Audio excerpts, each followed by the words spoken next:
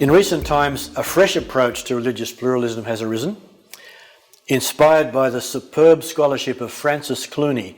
He's quite a regular visitor to Australia.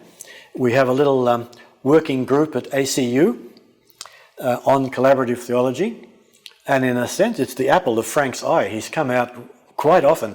He's a professor in Harvard, a very busy man, very prolific, but he's come out every American summer and spent 2 or 3 weeks in Australia and had a colloquium with us and presented his ideas.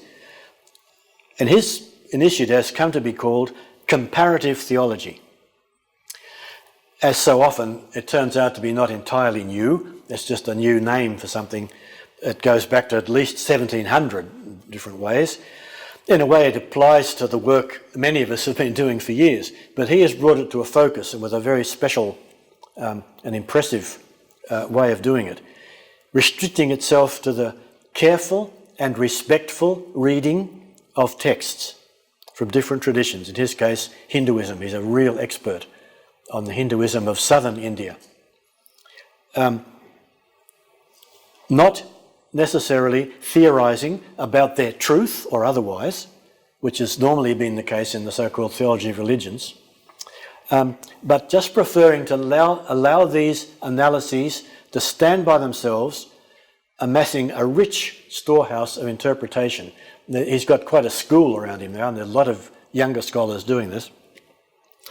Pluralist theologians, however, such as Paul Nitter, the American Catholic theologian, have remarked that though there might be a lot of comparison going on, there's not much theology.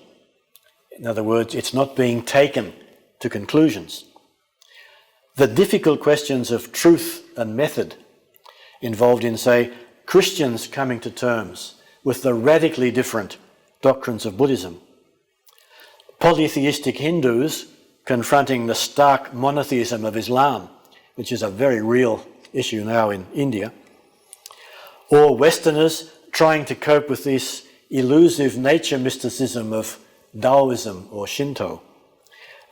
These questions tend to be left to one side. We'll just look at the texts, and they do it beautifully in a fascinating way.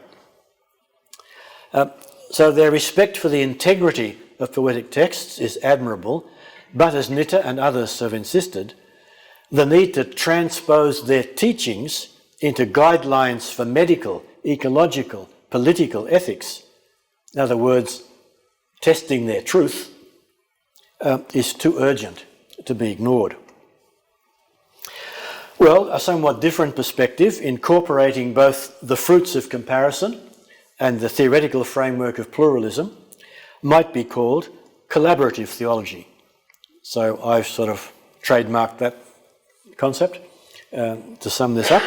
This would envisage not just the imagined correlation of doctrines and rituals, but the real engagement of thinkers from different traditions in the task of finding solutions to the moral, political, and spiritual problems which confront real believers. There's a lot of overlap, really. We don't want to overemphasize the difference because much of what the comparative people do feeds into this. But the methodological implications of such an enterprise are immense. It could only really happen out of actual, real-life collaboration. There are already examples in my particular area of Buddhist Christian theology. There's been remarkable, decades-long examples now.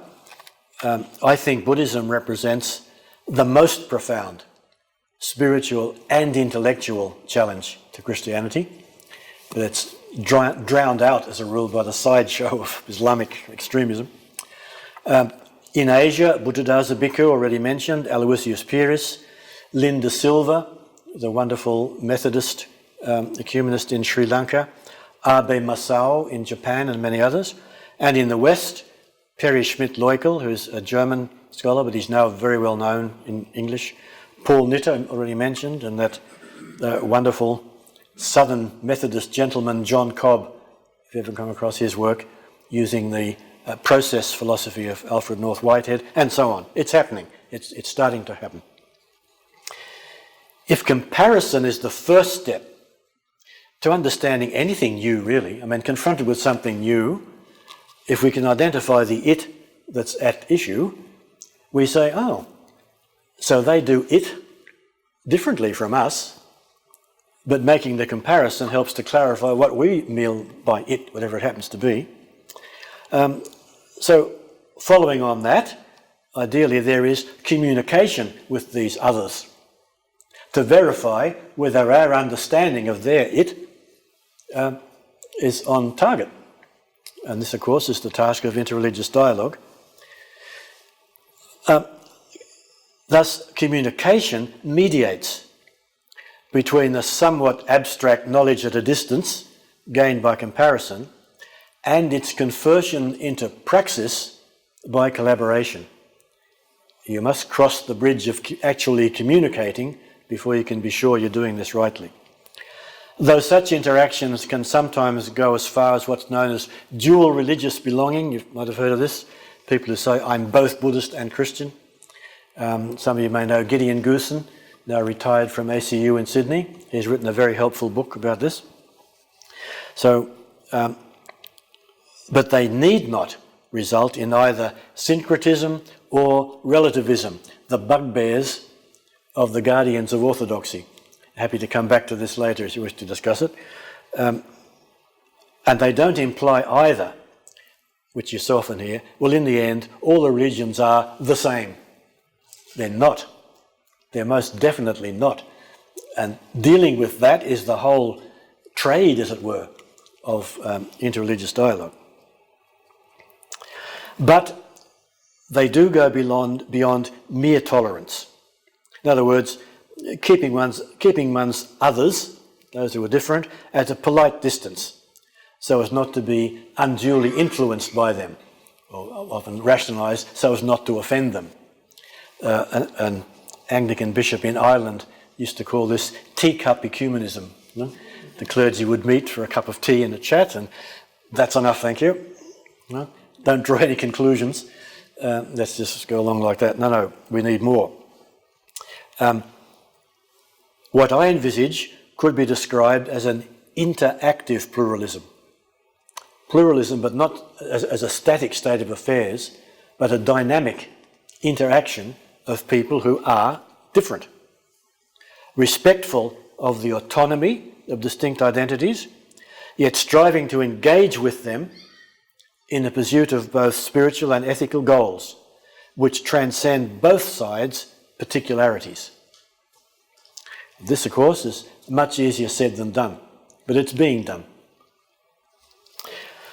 So to conclude, the Greek word oikos means house, but really it means more than that. It embraces the whole household in all its aspects. It's not unlike the German word Heim, from which Heimat is derived, home in a deeply resonant sense. The German relationship to Heimat is something almost mystical. Well, it's a bit like that. Oikos is a component in three fundamental areas which encompass all the dimensions of the interreligious collaboration I've envisaged here. Economy, the household of economics, finance, trade, and so on. Ecology, the household of climate, the natural world, involving, of course, science. Ecumenism, the household of ethical values and the religions, all derived from oikos. It is rare indeed for these three dimensions to be viewed together as an integrated whole. They amount to what international relations theorists call cosmopolitanism, but now, as it were, in a religious key, which in turn presupposes the existence of global civil society and transcends the traditional conception of sovereign states, international relations presupposing discrete nations, jealously guarding their borders, but negotiating, at things going well, over those borders, I look forward to the day when that will all have disappeared. I won't experience it. All have disappeared. No more passports, no more border checks. It's a pipe dream, and yet when I think of a country like Germany, which not that long ago was a patchwork of such little nation-states, city-states and so on, all gone, completely disappeared. Now one country, and even the two halves of it now integrated in one country. Anyway, maybe it'll happen. Such a vision can be threatening, of course, to those, whether Western or Asian, who value rootedness in familiar surroundings, in the company of like-minded fellow citizens who speak the same language. It is this feeling of being invaded by an alien other, of being expected to come to terms with other cultures, live in other countries, and participate in international institutions, that is a root cause, I believe, of Brexit and the election of an ignorant demagogue like Trump in the United States. Canny politicians know this can be appealed to. There are votes in it, and it's proved to be true, and it's rather a shocking revelation to people who thought the democracies were running along fine. If the religions acquiesce in such particularism, they risk negating everything their traditions stand for. This is the antithesis of what open ecumenical religiosity should be. On the other hand, if they demonstrate in their own relations with one another a willingness to overcome the humanly constructed differences that hold us back by, for example, acknowledging the others, at least getting to know them, trying to understand them, welcoming the stranger. Hospitality has become quite a theme now in theology of religions. And the hardest of all, reconciling the enemy, the ecumenical task that often seems impossible. Yet, as I learned in Ireland, especially Northern Ireland, it can be done, and it was done. Then they make their message of peace, liberation, human and ecological well-being all the more credible. So the biblical word oikumene originally meant the whole inhabited earth, in effect, the Roman world of Hellenistic culture. Its relevance for today is that it incorporates a synthesis of the three dimensions mentioned above of the ecumenical. This is why an understanding of the emerging global civil society is indispensable if we are to move beyond interreligious dialogue as the comparison or correlation of abstract doctrines to the religions as lived, to their rituals, their ethics and their mores. A friend, well, he's a friend by email, I've never actually met him, but he's asked me to help him with a couple of books, one of which is called World Religions in Practice. Very enlightening and great for education as well. So this, as the religions participate in the dynamic of complex pluralist societies in a global context.